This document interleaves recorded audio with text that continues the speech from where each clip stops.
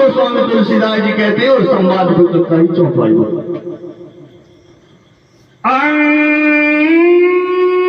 अंगद कही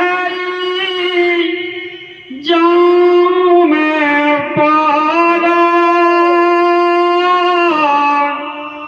जिया संशय कछु फिरती बारा। आज अंगद जी से कहा कि भैया तुम तो जा सकते हो। अंगद जी ने कहा मैं जा तो सकता हूं, फिर जा सकते हो तो सोयोजन पार करके जाना है और लौट के आना है, इतना तो काम है। नहीं तो कोई संशय है मेरे हृदय में। तो आज जामवंत जी ने कहा ये संशय किस बात का है कि वहां अक्षय कुमार का मेरे लिए डर है, क्योंकि हम और अक्षय कुमार दोनों एक ही गुरु के चेला और एक ही आश्रम में पढ़ते थे। जब मैं अक्षय कुमार को मार देता था तो यार जाकर के अपने गुरुजी से कहता हमारे से कि मोए जो अंगद बहुत मारा। तो आज आशिक श्राप ने दिया कि अंगद के जिस दिन अक्षय कुमार तू एक मुष्टिक प्रहार कर देगा उसी समय अंगद मर जाएगा।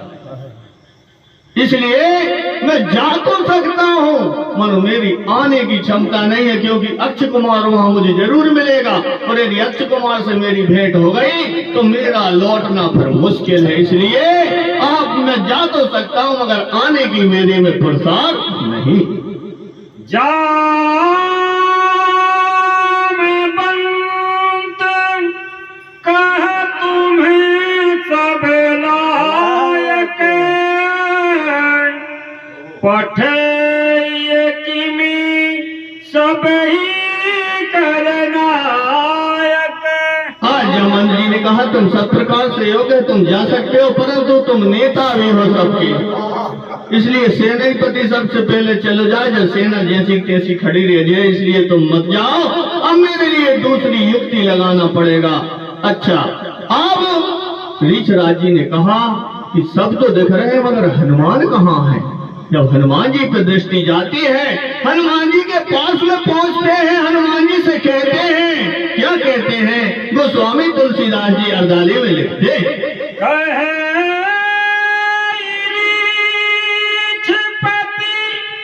सुनो हनुमाना का चुप साधी रहे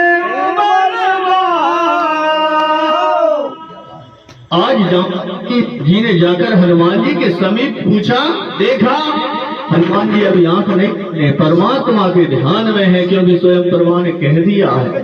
तो आंख मूंदे रहेंगे तो शायद मैं माता भक्ति से मिल जाऊंगा, ऐसा अपने मन में विचार करके या नेत्र बंद हैं। आज जामवंत जी ने कहा है हनुमान काया हीरी क्षिपति सुनो हनुमान कहीं ऋषिपति सुने हनुमान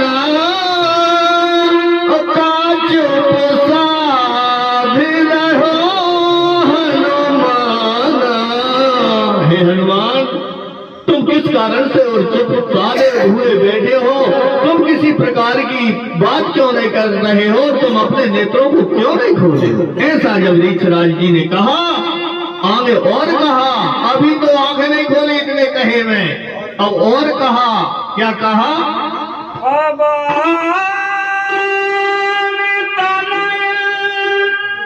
बल पवन समाना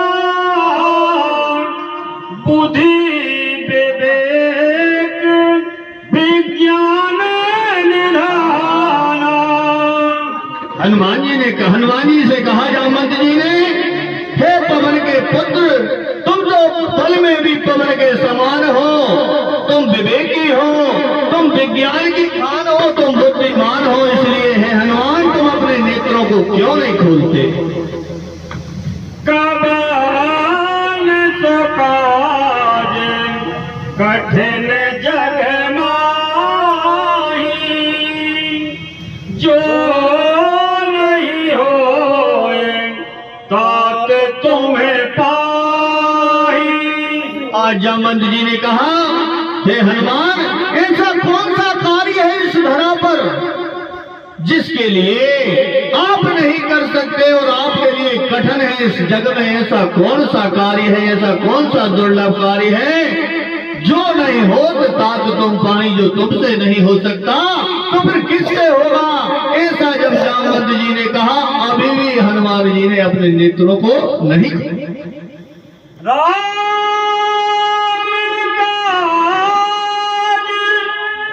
लगी तब अब तारा सोन तई भय ऊपर ताका। जब जामवंत जी ने राम जी के काज की याद दिलाई, क्योंकि ये भूल भी जाते थे, इन्हें ऐसा प्रदान था, जब भूल जाते थे तो इन्हें याद दिलाना पड़ता था। और जब जामवंत जी ने राम जी के काज की बात कही कि राम काज लगी और तुम्हें अवतारा है हनुमान, तुम्हारा तो अवतार भगवान श्री रघुनाथ जी के कार्य को सिद्ध करने के लिए हुआ है, भगवान श्री राम जी के सेवा करने के लिए हुआ है। तो जब इस प्रकार की बात हनुमान जी के हृदय में, कानों के द्वार रास्ते से हृदय में पहुंची, तो सुनता ही भयहु पर्वताकारा, हनुमान जी पर्वत के आकार के रूप को धारण और वहां पर कर लेते।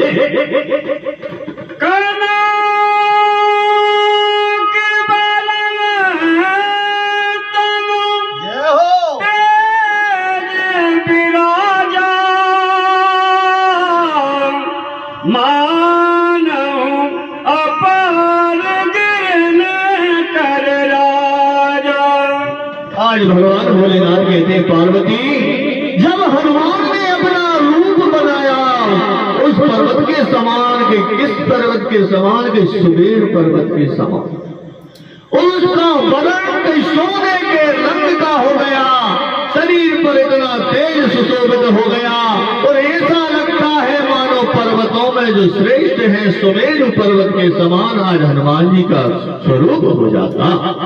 सिंहनाद करी बारही बार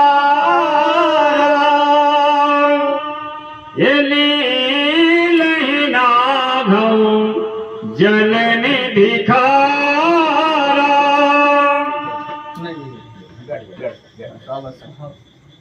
नहीं तो बस परिश्रम करो भगवान के कार्य में। नहीं। आज भगवान श्री रघुनाथ जी की कृपा जब हनुमान जी के हृदय में आ गई, आज हनुमान जी के हृदय में जब भगवान का नाम आया, नाम जिस जीव के अंदर आ जाता है वह नाम, तो कहते हैं महान पुरुष कि जब वह जीव के हृदय में वह नाम आ जाए तो उस नाम का इतना बड़ा प्रताप है कि जैसे अनेकों गाड़ी या अनेकों ट्राली यदि घास पड़ा हो और उसमें यदि कन्नत सी चिंगारी लगा दो तो सारे तो चारे को उस घास को नष्ट कर देता है। इसी प्रकार राम नाम हृदय धरो तो भयो पाप को नाश। जैसे चिगनी अग्नि की बड़ी पुरानी घास, जब पुराने घास में कितना भी ढेर लगा हो वह राम नाम जब हृदय में आ जाएगा जिस जीव के, जिस मनुष्य के, तो वह पापों को नाश कर देगा। कि किस प्रकार जिसकी ट्रालियों से भी गंजा हो और एक चिंगारी लग दो तो वह सारा नाश हो जाता। इसी प्रकार जब राम जी का नाम हृदय में आया तो आज हनुमान जी ने सिंह की समान गर्जना की और गर्जना करके कहते हैं जामवंत जी से, हे जामवंत जी लीला खेले खेल में कोई ज्यादा जरूरत नहीं है वो नांगवे की या उड़वे की या ज्यादा फिसालता की। मैं आसानी से और इस खारे जलनिधि को, खारा सागर को और मैं पार कर सकता। सहत सहाय राम नहीं मारी आना हुआ त्रिकूट उपारी। आज जामवंत जी से कहते हैं हनुमान जी कि रावण के जितने भी सहायक हैं, रावण का जितना परिवार है, और रावण को मार करके और त्रिकूट पर्वत पर जो लंका बसी है उसको उखाड़ करके भी मैं यहाँ पर ला सकता हूँ। आज मुझे भगवान श्री राम जी के प्रताप से इतना मुझ में बल आ चुका है। जामे बंत में पूछा हूँ तो ही उचित सिखावनु दीजहु मोही। आज वेग तो आ गया, आज हनुमान जी में वेग आ गया, बल आ गया, परंतु आज जो सयाने हैं उस सयाने का ही तो काम है। जहां सयाने की बात हो और युवक का बल हो, जहां दोनों बात मिल जाएं वहीं सब काम बनने वाले हैं। सलाह सियाने की हो और बल युवक जवान का हो। जहां बल जवान का है वो बूढ़े की सलाह है, वहां सारे काम बन जाते हैं। और रावण के यहाँ यही तो विपरीत था। मालबंत मन जठर निशाचर और रावण मात पिता मंत्री बल। उसकी बात नहीं मानता था, वहां कार्य तो करता था मगर विचार नहीं था। सियाने का विचार हो और युवक की ताकत हो तो काम सफल हो जाते हैं। आज हनुमान जी भी कह रहे हैं, जामवंत जी मैं आपसे पूछता हूँ जो उचित हो, क्योंकि मैं तो आवेश में हूँ, परंतु आप मेरे लिए जो उचित सलाह देंगे मैं वह कार्य करूंगा।